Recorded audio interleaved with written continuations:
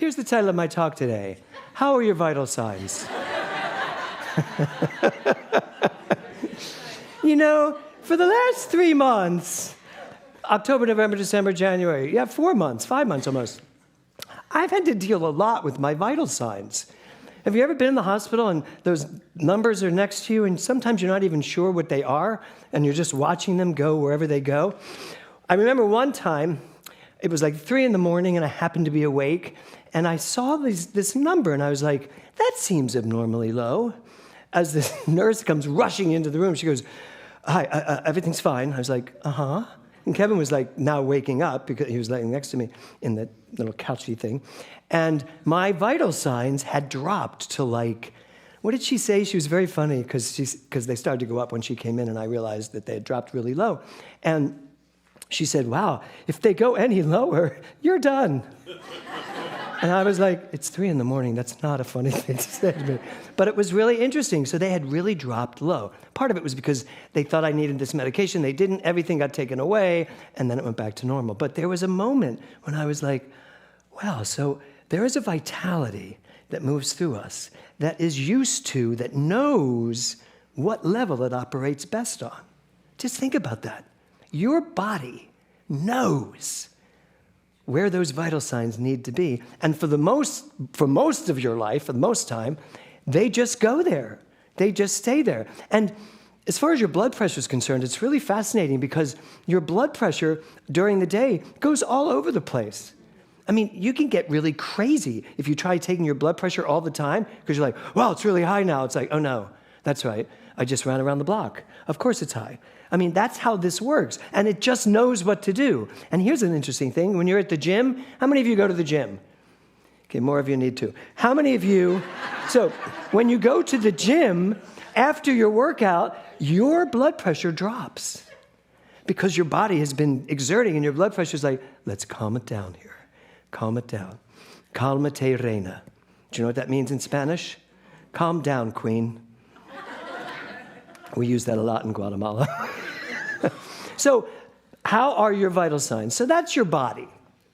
But I want to talk to you today about the vital signs that are your life.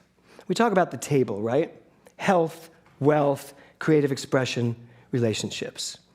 If you stand on top of that table and all of the legs of your table are strong, you can jump and dance all over that table. But if one of those legs are weak, the whole table wobbles. One of your legs of your table are weak in your own life, your whole life wobbles. So it really does make sense to check the vital signs of every single one of them. So I just want to ask you, how are the vital signs when it comes to your health? Are you on top of it? Are you paying attention to what's going on in your body? Are you then making the adjustments you need to make, doing what you know to do, which starts with the mind? Knowing that my body is perfect, and what it's telling me is giving me what I need to know in this moment. And then trusting that the universe brings everything necessary to put you back in perfect health. That's the health of your body. Wealth, how is your prosperity? You know, we're on day 4 of CPR, and I forgot how much I love CPR, how much I love doing well, now it's a different program, you know, to do the video the night before and upload it, and they're really longer than they were supposed to be 15 minutes. Last night I finished and I was like, that was 27 minutes. I hope people know they're getting a bonus. Or they're like, wow, I was only expecting to spend 15 minutes.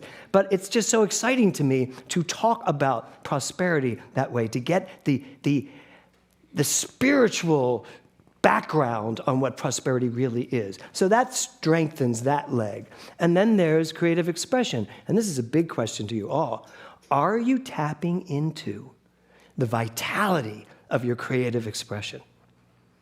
I love that you two just went traveling all over, went to Guatemala, you know. That's tapping into a creative expression inside of you that's saying, go out, see what's out there, find out what's in the world, and then you create as you go. So I'm sure many of you have amazing ideas inside of you. Robbie, you have all those songs that you want to write and all the songs you've already written to send out into the world, right? And I love that. When we were talking and sharing, he said his world that he's now going to create, not create, but the world that you're ready to lean into is, I want to be a songwriter that people benefit from my songs. That's awesome. That's that leg of your table that maybe was a little weak before, and now it's solid because you know what you're going to do with it. Yes? And then relationships. If there are any relationships in your life, any, that need repair or need for you to get clear on them, you don't always have to have people over for dinner, but you can get clear on why you're not inviting them over for dinner. You can get clear and have it being good, right relationship to your relationships. Now you've got a solid table. So when I say, how are your vital signs? They're all right where they need to be. And here's the other thing. The truth about vitality is it's always right where it needs to be. Even if some of these legs are shaky, it's saying to you, don't jump up and down here. Pay attention to the shakiness and fix it. And not even fix it. Allow it to be what it really is, which is strong, vibrant. So, how are your vital signs? So, Katharine Hepburn says this, vitality, that's the pursuit of life, isn't it?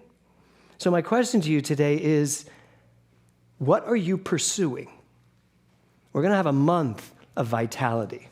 That means not just tapping into it, but paying attention to when it's not there. I loved what Eric said. You know, certain foods zap you of vitality. Have you ever noticed that? Have you ever had some maybe amazing dessert and an hour later you're comatose? Well, I'm not telling you not to eat it, or am I? Bods is later. No, I'm not telling you not to eat it, but I am saying pay attention. Because some people eat those things and they're fine. They seem fine anyway. I am not. If I have some big, I'll say it, some big ass like chocolate eclair, like we had the other day, I have to take a nap. That's what I'm doing to my body. So it's about paying attention. So what do you pursue? Where are your pursuits in this life you're living? Important question. So this is a piece of the letter that Martha Graham wrote to Agnes de Mille. So there's a musical called Allegro. Who's ever heard of that musical? Oh, wow. Okay, so most of the gays and... No, not really. Did you raise your hand? You did, okay. So there you go. It's a Rodgers and Hammerstein musical that was a huge bomb. But it's one of my favorites of their musicals. And the reason why it's one of my favorites, it was before its time. Because it dealt with infidelity, and it dealt with a marriage that wasn't working, and the doctor got out of the marriage and then married someone that did work. It was all about that at a time when no one wanted to see it. They wanted to see, if I loved you, go and get all sappy. And not that Carousel's a great musical, don't get me wrong. But this was like an amazing musical, and Agnes de Mille got the job of choreographing it.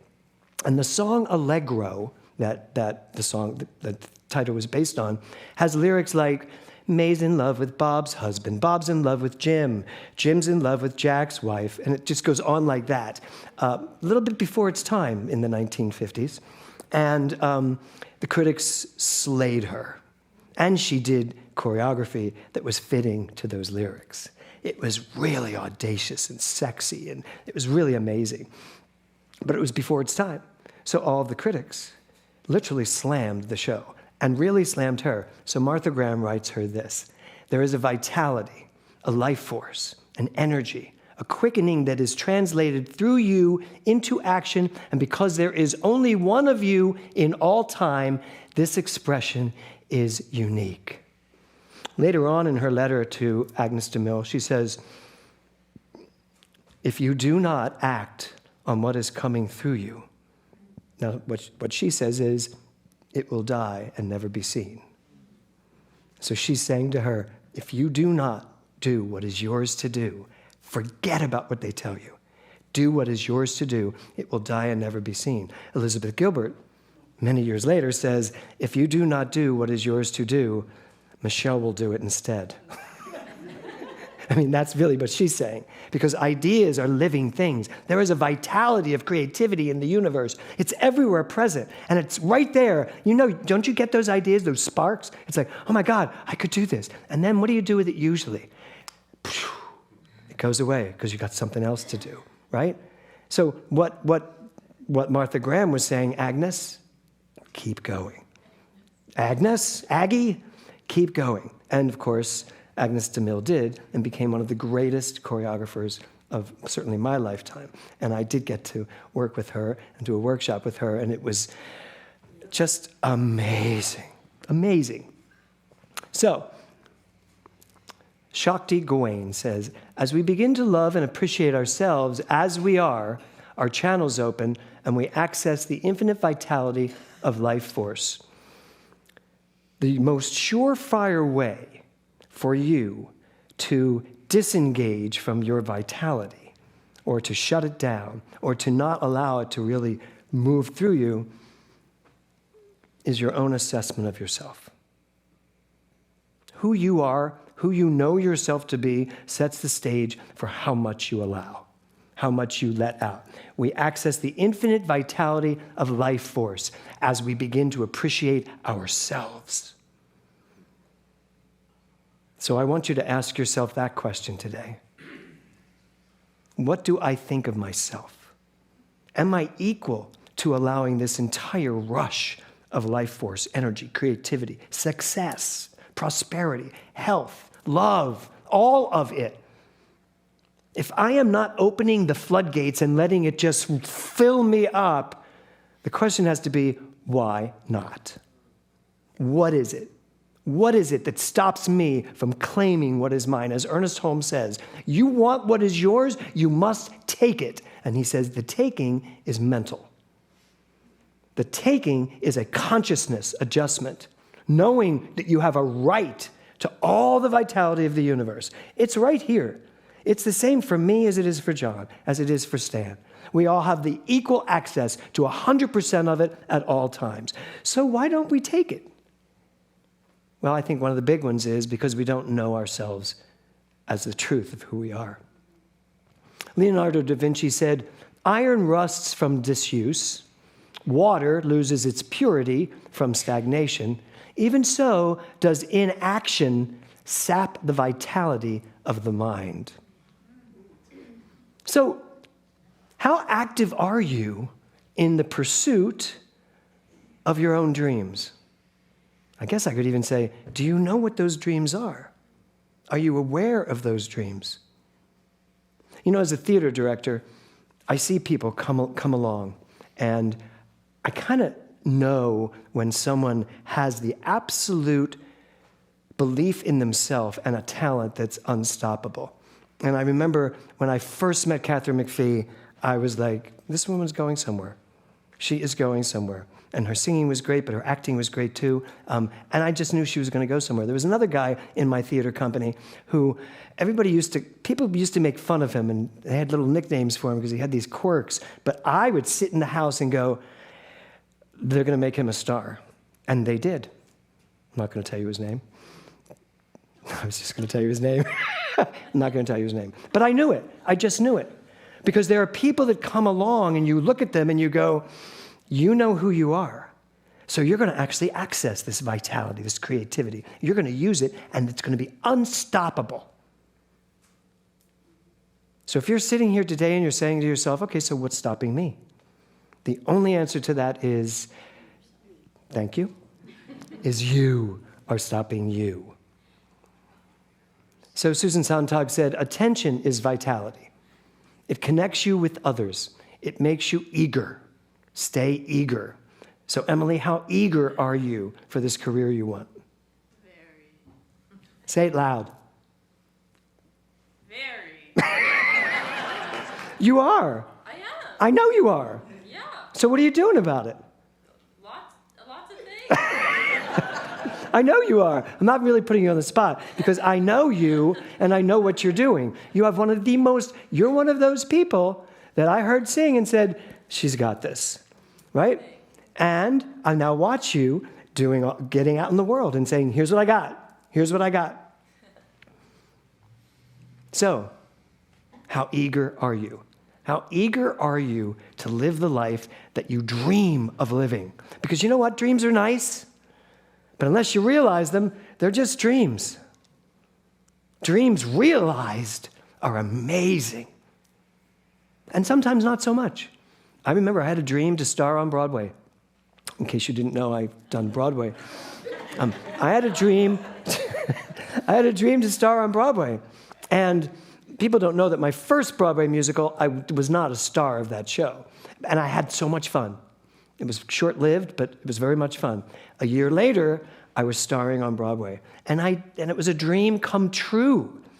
I didn't enjoy it. I've said this many times. I didn't enjoy it because the dream wasn't realistic. I thought it was going to answer everything. It did nothing. I was still the same person doing what the dream was. So the real point for me was, I need to find out what is it in me, what do I really want to do? And that age-old story, apparently I just want to direct. Right, Caressa? Like every other actor. So what is inside of you? And the real question is, what are you eager to accomplish in this year of more? Be the more. Not try to get more, because as soon as you try to get, you're in a position, a consciousness of not having. When I say be the more in 24, what I mean is drop into this sea of pure vitality, pure creativity, pure success, and then be it. Not even use it. When Ernest Holmes says there's a power for good in the universe greater than you are, and you can use it, that all sounds great.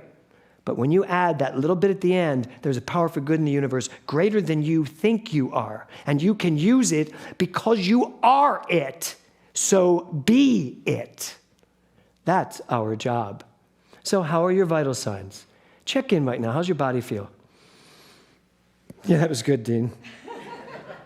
Check your vital signs. Like, for instance, I'm just concluding this, and I can tell you my blood pressure is probably higher than 120/80 right now, and I don't care because it feels great, because there's an energy that I feel from all of this.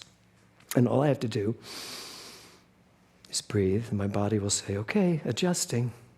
That's what the universe does. But you have to lead it. You have to be the one to decide.